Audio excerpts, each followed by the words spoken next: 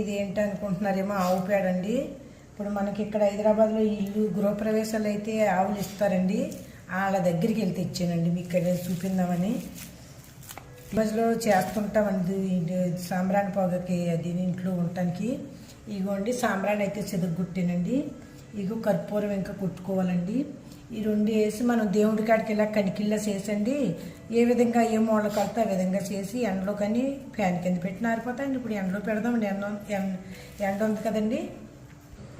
ఇదిగోండి మీకు మన ఇష్టం అండి, ఎంతైనా వేసుకోవచ్చు. సాంబ్రాణి పొగొస్తే ఇంటికి మంచిది, లక్ష్మీదేవి వస్తుంది అంటారండి. ఆ తర్వాత మన ఇంటికి కూడా క్రిమి కీటకాలు లేకుండా పోతాయండి, దోమలు దేవులు అన్నీ.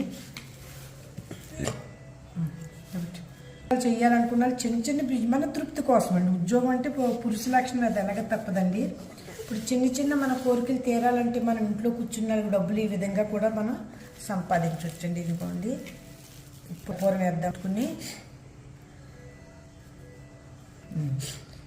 ఇదిగోండి కర్పూరం కూడా వేస్తున్నామండి. ఈ విధంగా చేసుకుని చిన్న చిన్న కోరికలతోనే మన జాబులు చెప్పలేమండి. ఎవడు ఎంత పెద్ద ఆదమీ అవుతాడు. ఒక్కొక్కడు చిన్న సంచులమ్మి కూడా పెద్ద కంపెనీలు పెట్టిన వాళ్ళు ఉన్నారండి.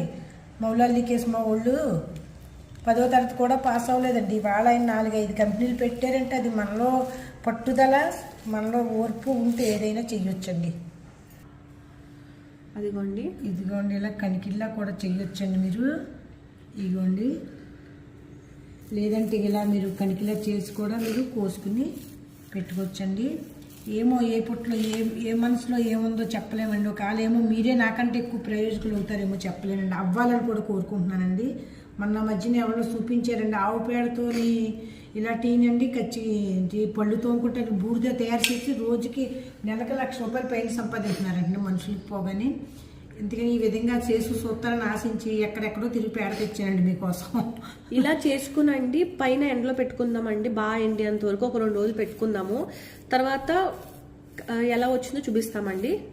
అండి మేము చేసిన ఈ విధంగా అయినాయండి. ఎందుకంటే నేను చేసినాడు ఎండలో పెడితే వాన వచ్చేసిందండి. ఈ పట్టు ఇంట్లోకి ఈ దేవుడి కాడ వెలిగించుకోవటానికి చేసామండి.